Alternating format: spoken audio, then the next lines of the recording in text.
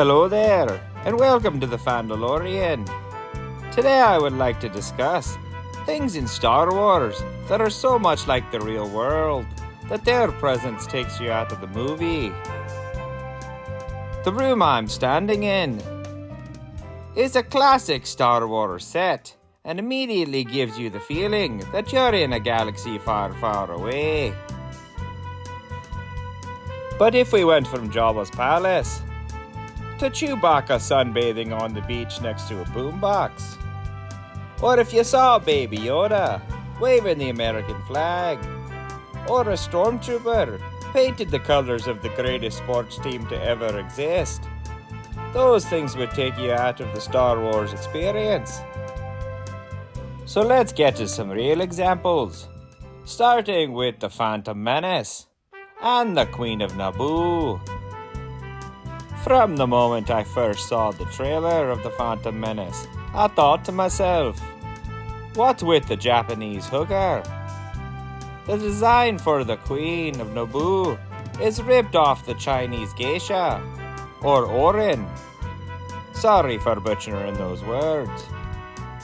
And they didn't even bother putting a Star Wars spin on it.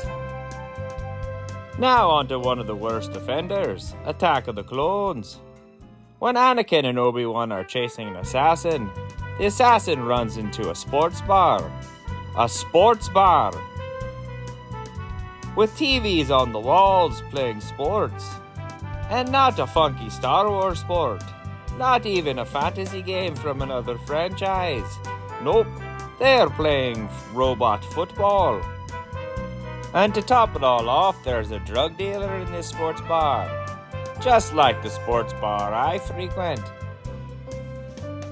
Next, Attack of the Clones gives us a 50s diner. Straight out of American Graffiti. The only attempt to Star Wars this place up was making the staff an alien and some robots. But the diner looks exactly like a 50s diner. The inside is decorated exactly like Marty McFly is going to punch Biff in the next scene. Dexter Jettster is dressed exactly like a diner cook. And the robot waitress sounds like Flo from Alice. That reference really dated me. George Lucas didn't even try to hide it. He just threw a 50s diner into Star Wars. Just like he threw an Italian-style gondola and a Japanese-style rickshaw into Star Wars. All very earthly things that don't belong there. Now on to the original Star Wars. But Mr. Lott, how can the original Star Wars have things that don't feel like Star Wars? That's an excellent question, everyman. And I've got 2 words to answer it. Creature design.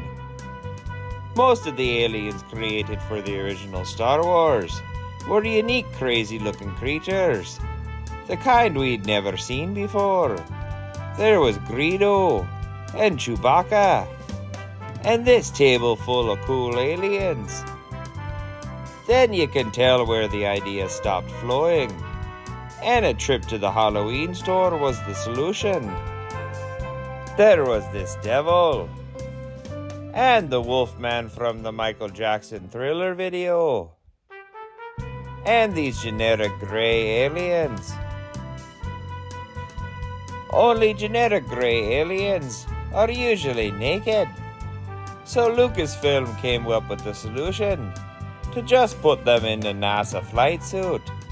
And now, in Star Wars, you have a generic gray alien in a NASA flight suit.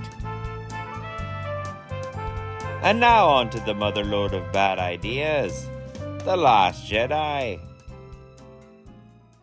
We will start with Admiral Aldo, who if you handed her a soccer ball, she would look just like Megan Rapinoe from the American women's soccer team. And then there's the pinnacle of not trying, the Canto Bight Casino. Everything from the layout, to the games, to the attire, screams Vegas Casino. And just like the diner in Attack of the Clones, throwing aliens and robots in isn't enough to shake the feeling that you are in a Martin Scorsese movie instead of watching Star Wars. Now we're going to finish up with what inspired this video.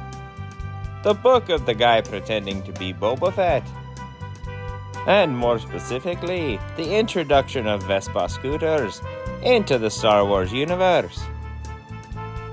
Nothing in the whole Star Wars saga has felt more out of place than the Vespa gang. The director of these horrible episodes, Robert Rodriguez, said he wanted to model the bikes after the old tricked out Vespas in Europe. And by model after, he meant just taking those Vespas and putting them on Tatooine. And finally, we've got the meat locker scene.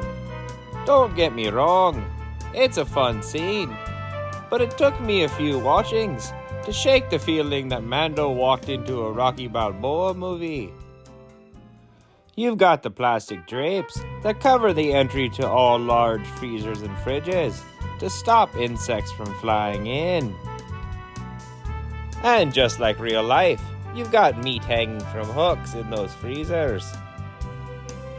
And again, just like with Dexter Jettster, putting an alien in the same clothes as a real butcher doesn't change the fact that those clothes are from Earth. So, even though we're sick of watching the same thing over and over again, the new things put into Star Wars still need to feel like they're from a galaxy far, far away. Now, may the 4th be with you.